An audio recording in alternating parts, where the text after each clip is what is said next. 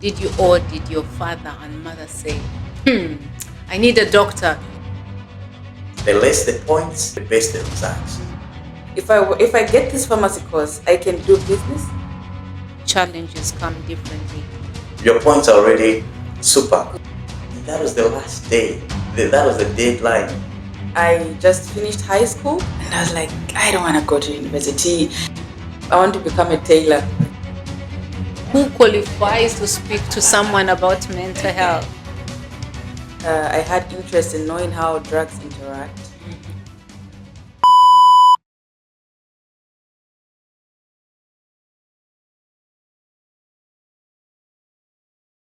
Welcome to yet another episode of Career Guidance and Development in Africa. Today I have amazing guests that I found here in Egypt. And I mean, something that I never thought I would actually have. Even when I was looking for people to get on my podcast, I was like, by the way, there's this group of people. So I will let them introduce themselves. But I have Benjamin and I have Natasha with me, and they study in Cairo. What a privilege and what an amazing opportunity. Could you please introduce yourselves? I'll start with ladies, of course. I'll start with Natasha and then Benjamin. Tell us about yourself. What are you doing? What are your names? Where do you come from? How did you end up in Egypt? So my name is Natasha Chipili.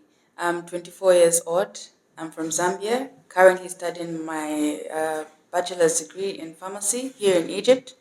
I was born in 2000 in a place called Chinsali, back in Zambia. So I have been in Egypt since the end of 2019 when I came here, and I'm currently in my fourth year. I got here through a committee in my country called HELSB. So HELSB helps to bring people that cannot really afford to school in Zambia and those with excellent results, but mostly they don't have people that can sponsor them locally. So it helps to bring them together and take them out there or locally and give them better opportunities that they couldn't afford, right? So we had that selection process, we applied, and then they picked from all over the country, and that's how I got lucky and I got here. And yeah, that's how come I'm here. Amazing. So that sounds like you're an A student. Whoa! What a privilege to have such a you. Thank you so much for coming, Natasha. It's an awesome opportunity to meet you. I mean, if you had stayed in Zambia, definitely I would never have met you. So thank you for being smart and brilliant. Yes, Benjamin.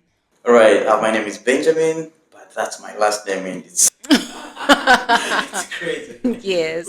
My first name is Samson. My last name is Benjamin. Amazing. I thought that was your first name. I'm used to people just call me Benjamin. Some people could call me Benja. Yes. I actually, the person who recommended you had saved you as Benjamin. Like, okay. Benja. That's what people call me. So I'm from Malawi. I was born in 1998, 27th of December. So I'm 26 years old. I'm a little bit older than her, yeah. Yeah. Ladies, you be Don't worry. Age is just a number. It's just a number anyway. It's not a big deal. No, never. So in Malawi, I was born in a district called Icheru, Banje Hospital. By then, that was just my home village, and then I was brought to Lilongwe, that is capital city of Malawi. I'm a Malawian. So I grew up in Lilongwe, that's why I did my education. So how I got here, it was because it's a scholarship.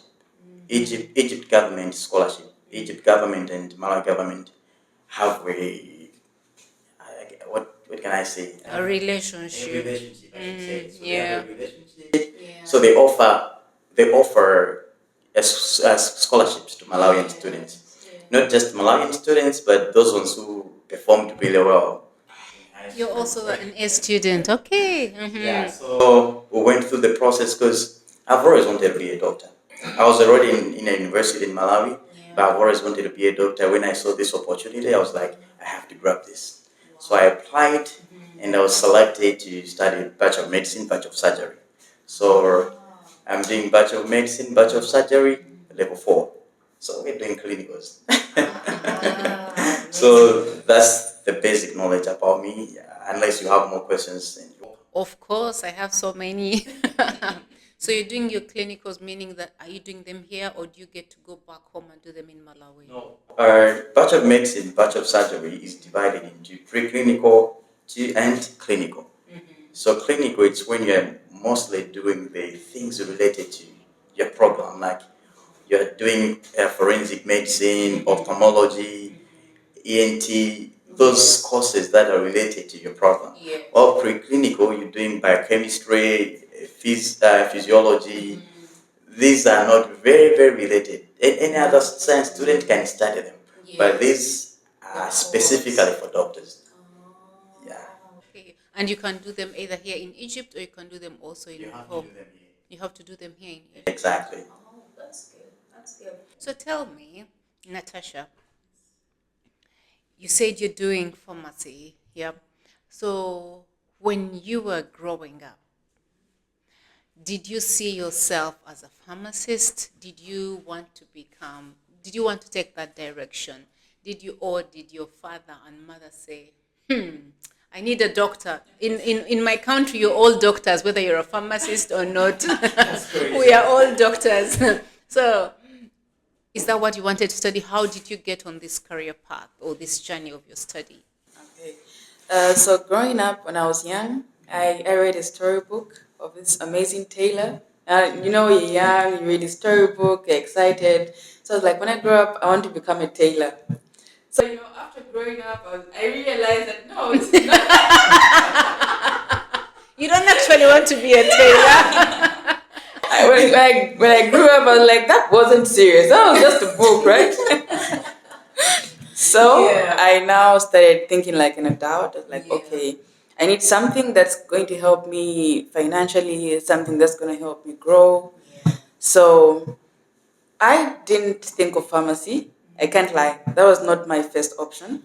So I just finished high school and I was like, I don't want to go to university.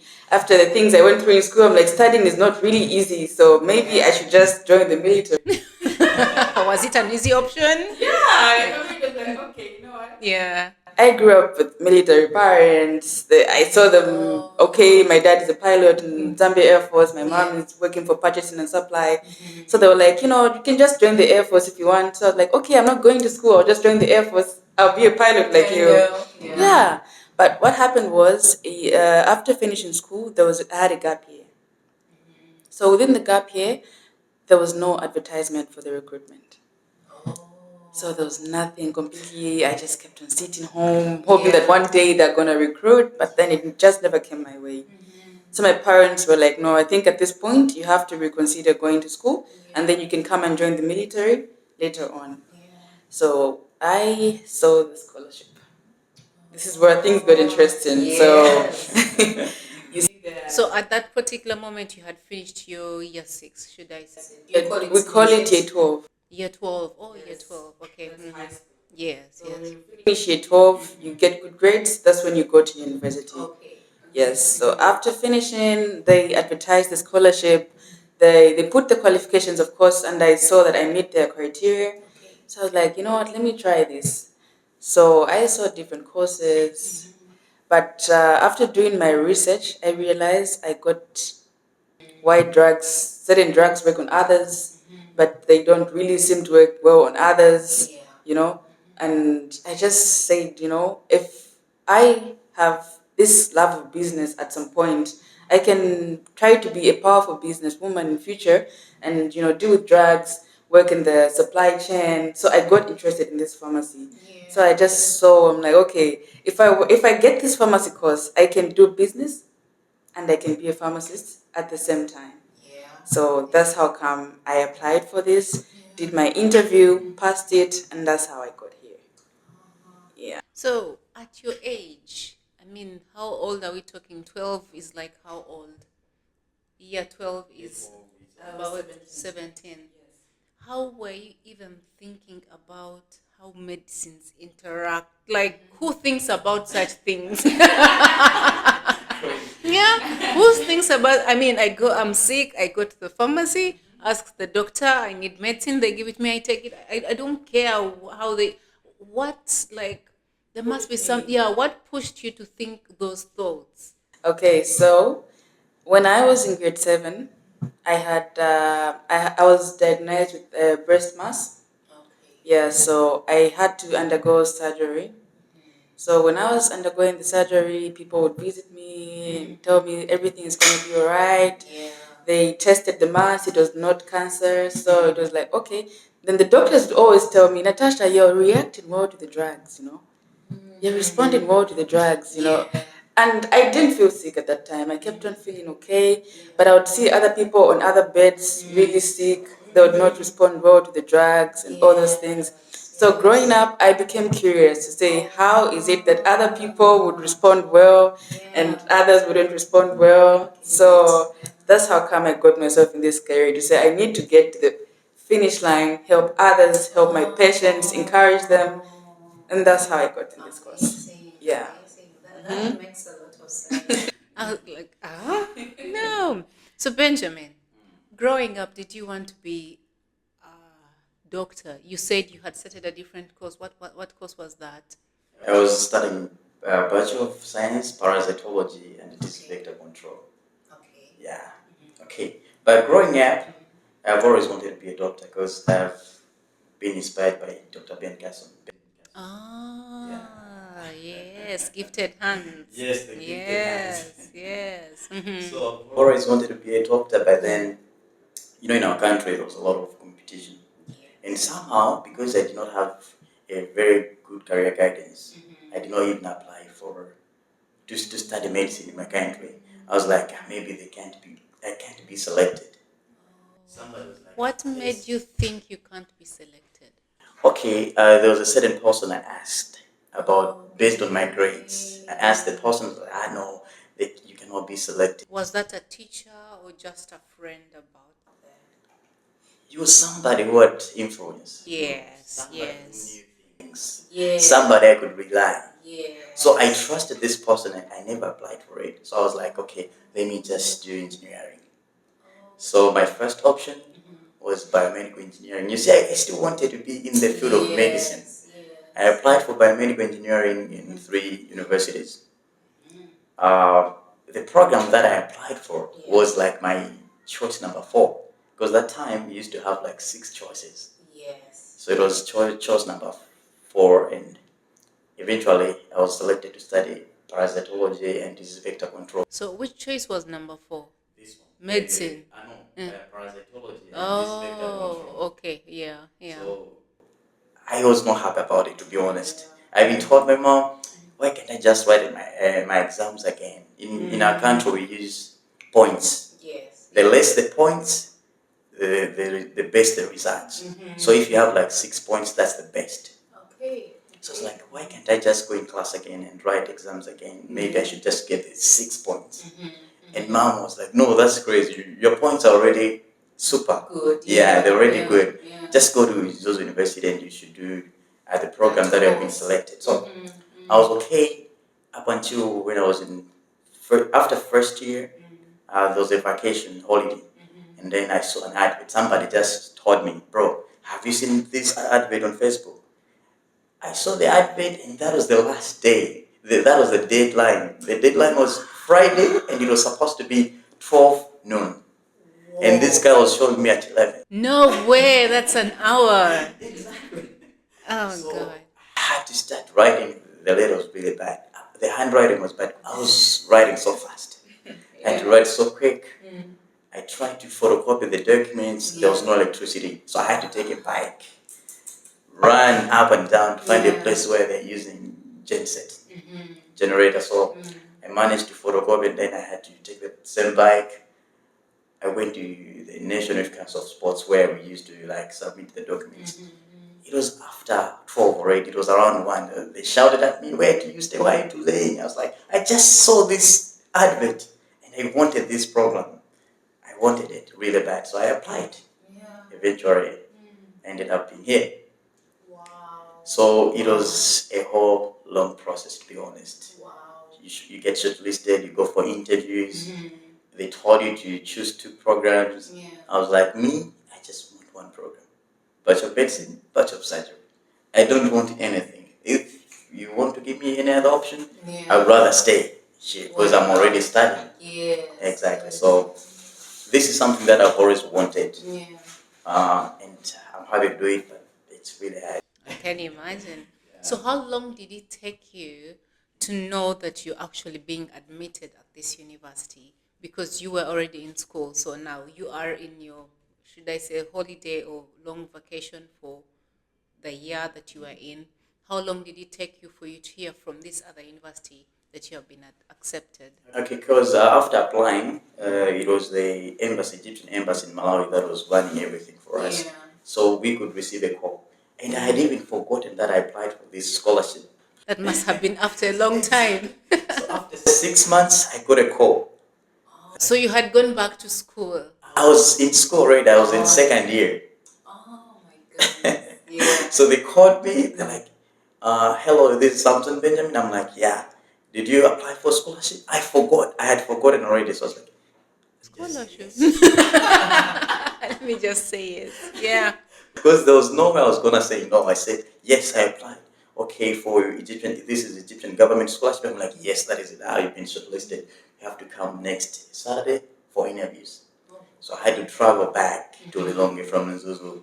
So I was going to Lilongwe most of the times because my school was really far from the city, from Lilongwe, I should say. So whenever they want the documents or they want something, I just travel back to Lilongwe.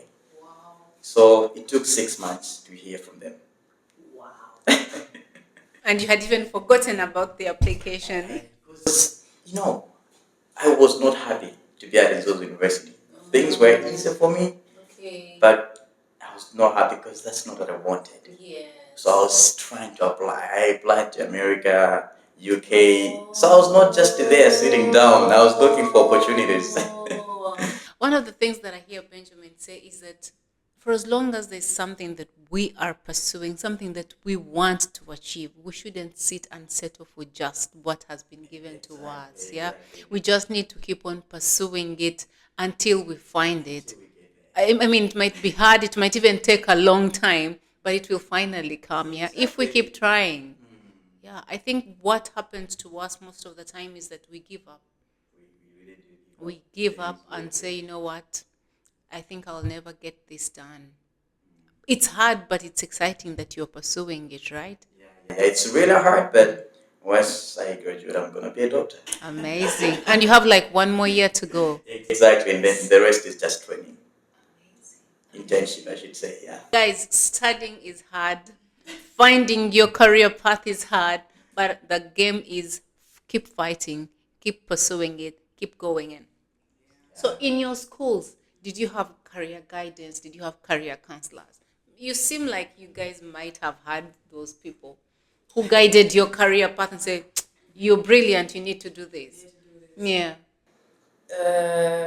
Okay. At my school, we have people called academic advisors, Okay, that's good. but those people don't really do the guidance. Crazy.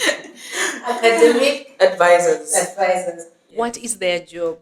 So for my school, they just don't impose courses on you. Though we have it like most schools in Zambia, they will just say, this semester you're taking this, you're taking that. So we have a student guide. Yes, you have courses that you can take in that semester and this semester up to semester 10, but you also have an option to pick the number of courses that you can manage take in that semester. So they'll put like 10 courses or 12. If you want, you can pick 4. That's at the university level or secondary level? University. University, okay. Yes. So you're allowed to pick the number of courses that you feel you'll be able to handle. So they don't want to have like an academic overload. Yeah. So academic advisors will always be there to tell us, no, 12 is Lord, I don't think you're going to manage this. Try to make it 6. And try to mix this course and this course. This one is harder, this one is better. So that's their role. So they didn't really like give us advice on, how to go about this career, what you're gonna face, and all those things. These are just some things that we got to find out along the journey and try to find our own ways of coping. Yeah. So like at year 12, year 11, year 12, maybe even year 9 and 10, there was no one who told you you are actually good in biology or science, you can go and be a pharmacist at the university, or you are good at this, if you pursued this course you would be better at the university. Did you find such people in your life? Okay, so at school we used to have like career talks and all those things. They would tell us, would have like maybe different people from different career Like career fairs, yes, yeah. They'll tell you from their own point of views, right? But then I was too young to really take these things seriously. But what I would say is, when I was in high school, I was the best in civic education. So every time my teacher would ask a question and the whole class is quiet, she'd always point at me, and for some reason, I always had the answer. Even when you hadn't put up your hands. Even when I wasn't sure, right? Yes. That's correct. I was like, oh, okay. I didn't know that. Yes. I was very good at civic education, like really good. Yeah. So I kept on. I even up to now, every time I look back, I'm like, you know what? I was really good at civic education. So my parents spotted that out. So apart from the military, my dad always said, I want a family lawyer. I want you to do law. Yeah, so before I came to Egypt, I applied at a school called Mulungushi University in Zambia to study law. Yeah, so my dad was like, we need a family lawyer, and I think you can do it. I love your confidence, you're interested in civic education, you're able to be defensive if somebody's wrong. I feel like you can do this. So I applied, but then just before I submitted my other documents, that's when I was called to say, oh no, Egypt is open, you can come do your medicals. And I was like, okay, so this one came first, let me just go for it. But my parents always told me, I think just go for law. Looking back now, do you think that would have been a better idea for you to go to? Or you feel you're in a safe place right now, where you're passionate about, where you feel, when I wake you up at 5 o'clock, the challenge we have, for example, in some places is that people pursue the careers that they are not passionate about. And so when they get jobs, number one, they are not even paying well. So that becomes the second problem. So me, the patient, I walk to you and you are all burden. I look like a burden to you. Yeah, I look like a burden to you. And I don't think anyone, anywhere, a client should walk to them and they feel a burden. Yeah. If you are a receptionist, if you are a receptionist, if you are a doctor, if you are a pharmacist, no one should, even if you choose to be a cleaner, no one should walk to you and they become a burden. Because some of these things, yes, we do them for the money, but then if they start becoming a burden to us, then our output or how we deliver it becomes a challenge. So you, today, when you look at, you were good at civic education, and now you are doing pharmacy, do you ever feel, no, I should have maybe waited and did law? Or are you one of those people that I'm looking for, who will wake up and no matter what, they'll feel thrived or thrilled to go and do pharmacy? So what I can say about that is, if I look back, I don't think I would have loved my career path at that time. Just because I was good at civic education, I don't think that's really, really the thing that's really linked to law. Because law also has most other aspects, like, you have to defend somebody, whether they're wrong or not. And looking back, I don't think I would be able to defend somebody who's wrong. I think it's just against my Christian values and all those things. And I feel like I would have seen it as a risk, because imagine defending people, and what about my opponents? What do they think of me? What if they come after me? So to me, I see it as a risky career now. It has money, yes, but I don't think it's something that I would have done. Given it, if people were to bring it to me now, I don't think I'd go for it. So I would say I'm happy with pharmacy, because now if we even look at the issues going on, where the US is trying to withdraw with the supply of some medicines in our countries, the developing countries, no ARVs, no anti-malaria drugs, all these things. So as a pharmacist, that brings a wake-up call.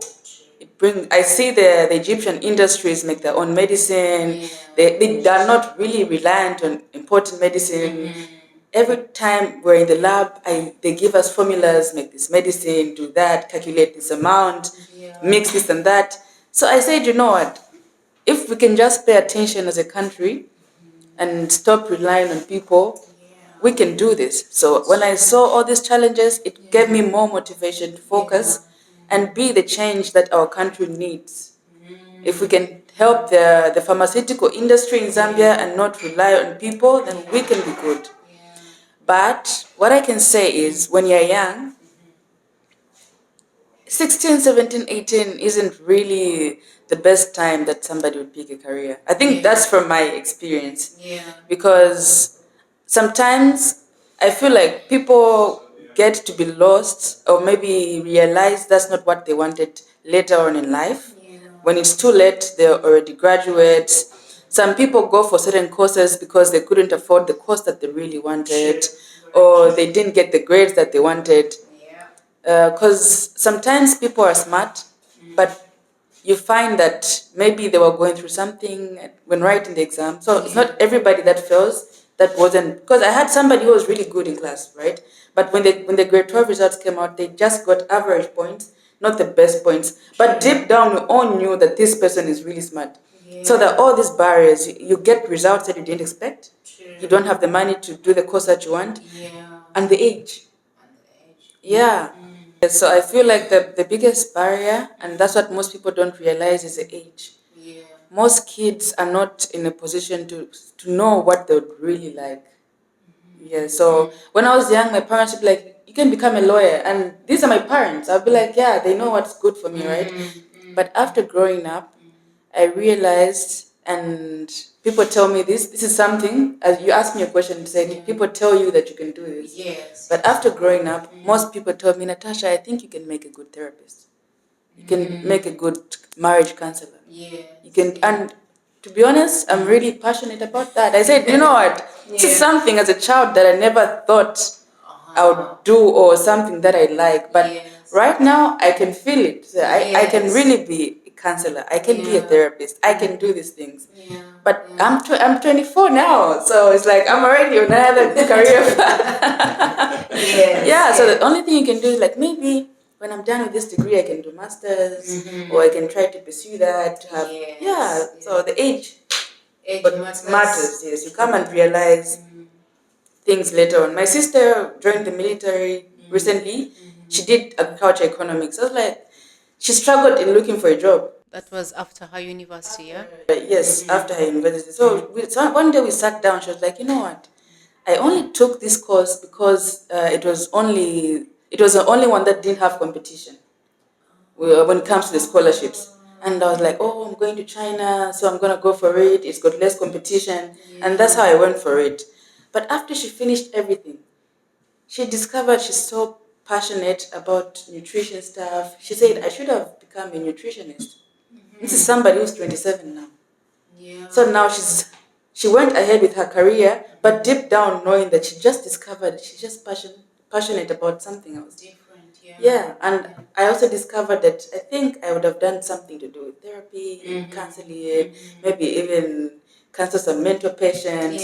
Yeah, and you discover that when it's too late, people have already invested in you, they've spent money, they've sent you where you're supposed to be. So, yeah. But do you think because now certain things keep evolving, because most probably at the time you were in school, maybe in year 12, there were no challenges of mental health, or like people were not being like that depressed, or maybe it was there, but we never knew that it was actually there. Do you think that even as time goes on, things keep evolving, and then we will need to get more knowledge and more people to pursue those particular paths, career paths?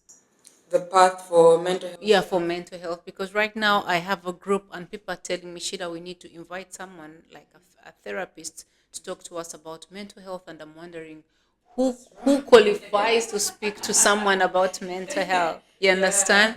So I think also as time goes by, ch- different challenges come to our spheres, and then the normal that we used to know, the medicine, the agriculture, fade away kinda, and then we have new challenges that we need to address because mental health people most probably did not have so many jobs apart from the real mad people that you find running on the street. But now you find me, Sheila, a normal person walking, okay, but I'm actually mentally challenged.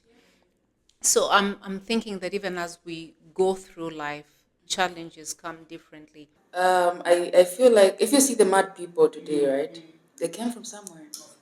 They came from somewhere. So sometimes people struggle silently and we never really pay attention. And I noticed that with my university life. When we're out there, we're smiling, our parents are proud of us, she's a pharmacist, but they never really, really consider how it feels to be in our shoes. They never really think of how it feels when you fail a course and you really worked hard. There's a lot of mental health issues going on at school, but people don't really see that. It just seems so good from the outside, right? And let me say now that we have these medicine issues going on, how are the HIV patients feeling right now? How are those people who maybe have malaria and everybody is scared? So that's now impact on mental health worldwide, or maybe with the poor countries. There's somebody who's supposed to be there to say everything's going to be okay. We need to have people that are able to, help people think that every day is a new opportunity to do better. You can every day is a chance. Yeah. Okay, Benja, Yes, mom.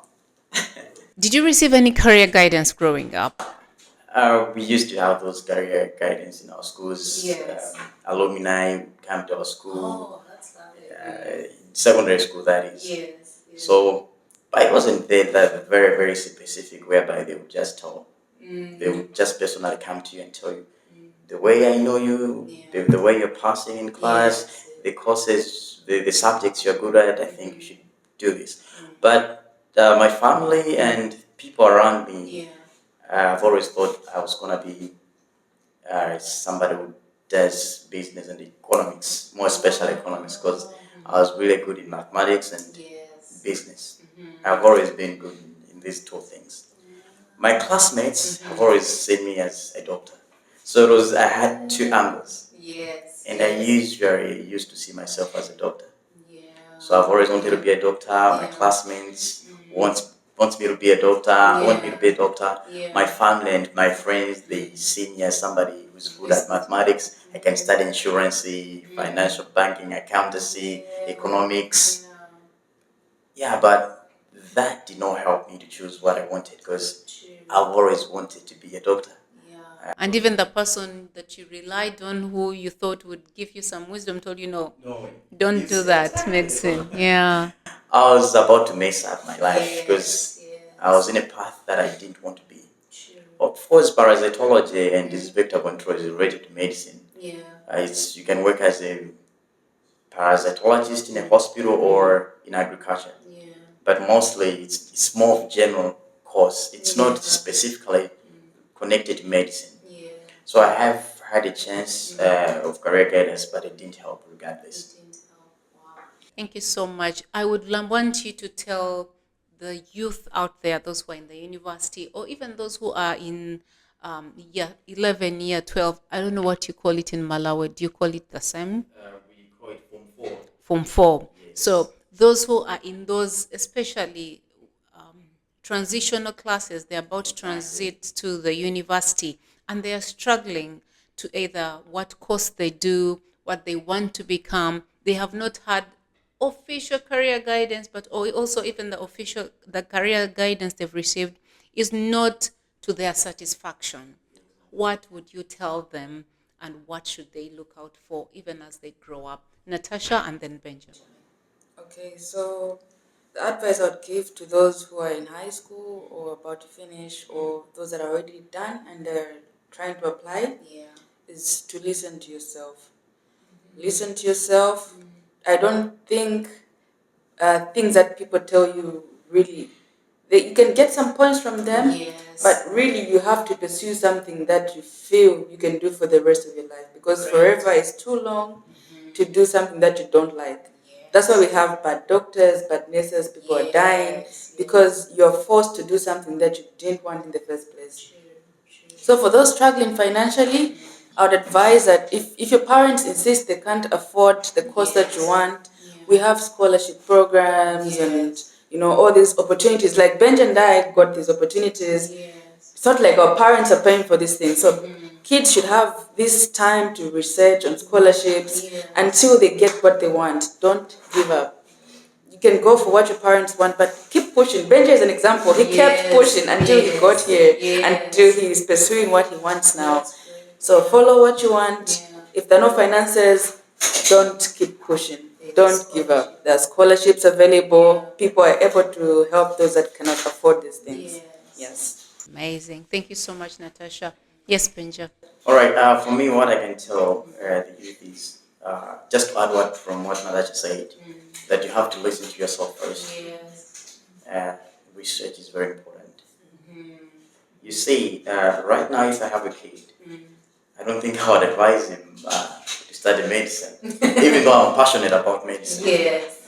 I would advise my kid to study economics because of how things are working in the world. I'm around people who are doing economics and business. So listen to yourself, plus relate to what you're listening to, what the to what the world needs. The world needs, exactly, you have to check the market. If you check the market plus what you have in your mind, I think it will guide you to a better career, other than just saying, okay, I want to be a doctor or I want to be a nurse without proper assessment. I think this assessment plus research is a good guide for somebody who wants to do a certain career. I think just to add on. Yes, please. I think for me, I'm not going to impose a career on my kids. Yes. I'm not going to impose. The advice will be there based of what they tell me. Because if I'm their parent, whatever I tell them, they're going to take it as if it's the best advice. We see our parents like our second god, right? So it's like if they say do this, I'm going to want to impress them and take that career path. So I think I'm going to give advice based off what they want.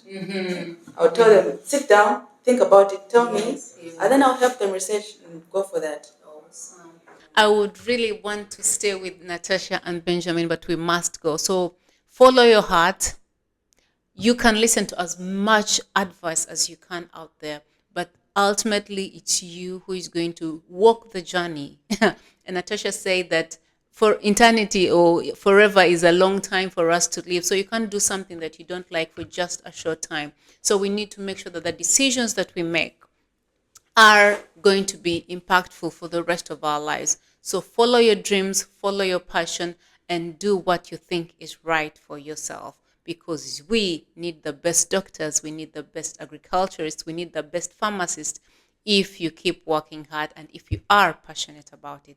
So thank you. Till the next episode. Bye-bye. Thank you.